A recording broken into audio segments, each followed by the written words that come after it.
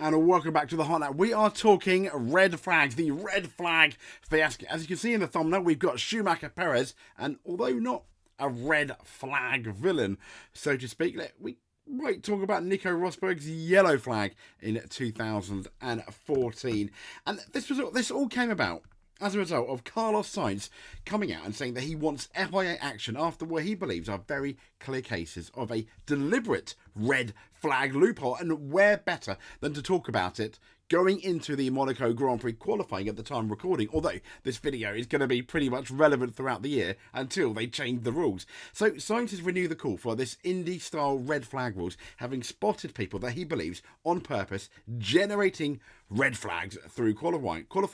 Now, Formula 1, as we know, is gearing up for the Monaco Grand Prix, where the results, as we know, can very much be decided on the Saturday. And Sainz has basically said, fair play and fair racing. Completely agree.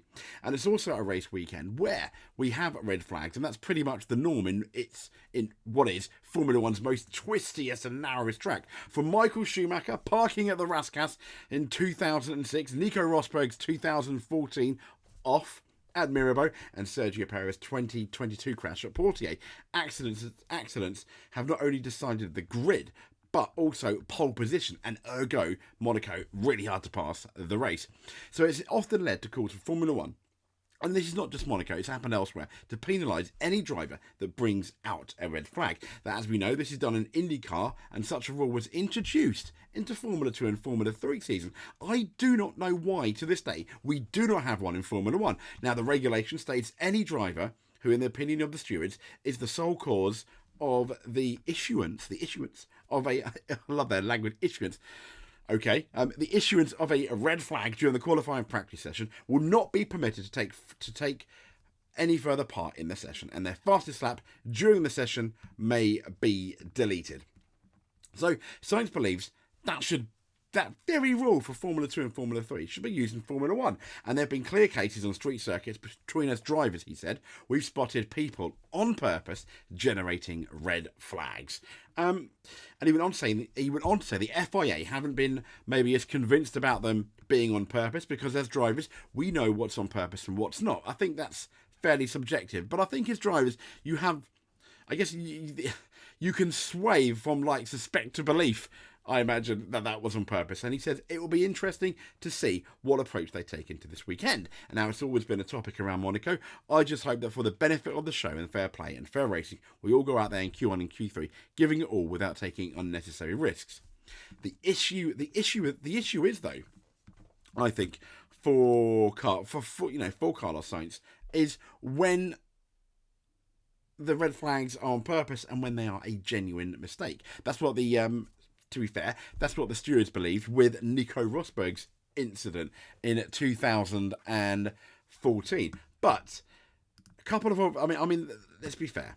The most obvious one is, I think, the Michael Schumacher one, where the stewards were basically like, yeah, Michael, you are very much bang to rights. Let's have a look at it here, shall we? Coming into the Rascasse. So, let me set you the scene. 2006. At the moment, Schumacher has got pole, but it's close. Alonso could beat him. The championship is close. Pole position at Monaco would mean a lot. So, here he comes. And he bangs the wheel. Tries to select reverse. It doesn't really happen. Interestingly, he doesn't damage the car. And he just then turns the car off, getting quite upset. And there's Fernando with the yellow flags waving there. What I think is interesting is when you go, what he does on the steering wheel is really, really un-Schumacher. Like, look, he straightens it up, straightens up and turns. And it's just a bit, I mean, he doesn't really look up that much either. He really, did he do it on purpose? I don't think we know. What may have happened is he generally did a mistake. And then maybe he thought, and this is just absolutely being subjective, I'm going to make the most of this now, maybe cause a red flag and not try really that hard. But the stewards deemed Michael Schumacher to be a moderately naughty boy. And then they sent him to the back of the grid, which in hindsight may well have cost him a win, which may well have cost him a championship in the end. You never know how that all plays out. And people were absolutely livid at the time, calling him a cheat, calling him this and that, and yeah. I mean, I guess ultimately you're gonna have to judge for yourself. I've put the link on. This is Nicholas Bainbridge YouTube video he's uploaded, and I will put the link in the links are in the description below. So yeah, let's move on to the next one, which it's only 30 seconds. I almost think this could be more obvious looking at it. I didn't think anything of it, and it wasn't until 2022, the Brazilian Grand Prix, when Max Verstappen, I thought quite maybe selfishly at the time, thought, no, I'm not letting Perez through. You know what we spoke about. I'm not letting him through. And cited, obviously, Monaco. And that's when loads of people ended up going back to watch this footage. Okay, so he comes round. And it's basically ported just before the bridge where he has the spin. Here we go. This is next cool. Yeah, and that's it. Now, I mean, fair enough. He spins, and and then completely gets taken out at that point. Sorry. So, yeah, that's when the Ferrari hits him. Not really expecting it. Now, the only thing, what I think it's very, very, I mean, it's as fishy as 100 whitebait, is when you listen to the exhaust notes. Here we go. Now listen, he just revs it on the apex. Yeah. Vroom vroom. Do you hear that again? Vroom vroom. Here we go here. Really weird. Because I don't believe he did that the lap before, the vroom vroom. Like the two massive stabs of the throttle to then maybe spin on purpose. Who knows? But nothing happened of it. So there we go. But I do feel that Carlos. I mean, I think it was Carlos Sainz that hit him at the end.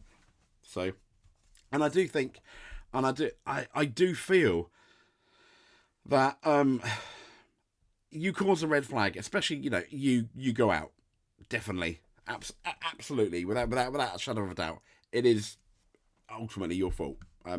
Yeah, I don't have a problem with that. So let's look. Last but not least, is Nico Rosberg's mistake here.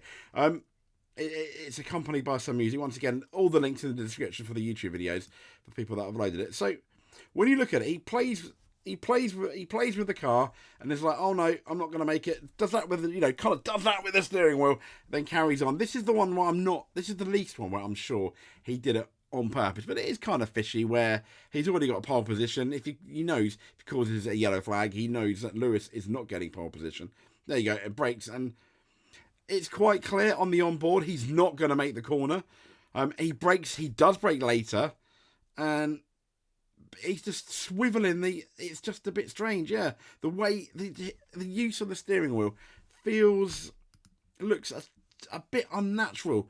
I know it's bumpy there, but he's just doing this, and then he locks up and goes straight on. And I think as Lewis went by, he went, yes, clever, very clever. So, I mean, that's essentially that. I just wanted to talk about the red flags, particularly because we're at the Monaco Grand Prix. And I completely agree with Sainz. We do need to have a rule where you cause a red flag in qualifying, even if it is a genuine mistake. You cause a red flag in any of the sessions, that's it. You go to the back of that particular session. Completely agree. You lose your fastest lap time. Completely agree. And you cause a red flag, you should be out of the session. I mean, I know Sainz, isn't it, caused a red flag in China, and he wasn't out of the session because he ended up carrying on and did quite okay, to be fair. But there we go. So anyway, if you made it to the end, give us a like, give us a subscribe, give us a comment. Do any of them, you're a world champion in our eyes. Do 2 of them or more, in our eyes, you're a multiple world champion. So gearing up for the Monaco Grand Prix. Thank you very much for watching. If you want to see something interesting, we did a 2006 video about Michael Schumacher on the PlayStation 2, starting last in F1 2006, and seeing where we'd finish in 8 laps. It's not a long video. It's fairly. I really enjoyed filming it. So if you want to watch that at the weekend, please do. We'll speak to you soon. Thank you very much.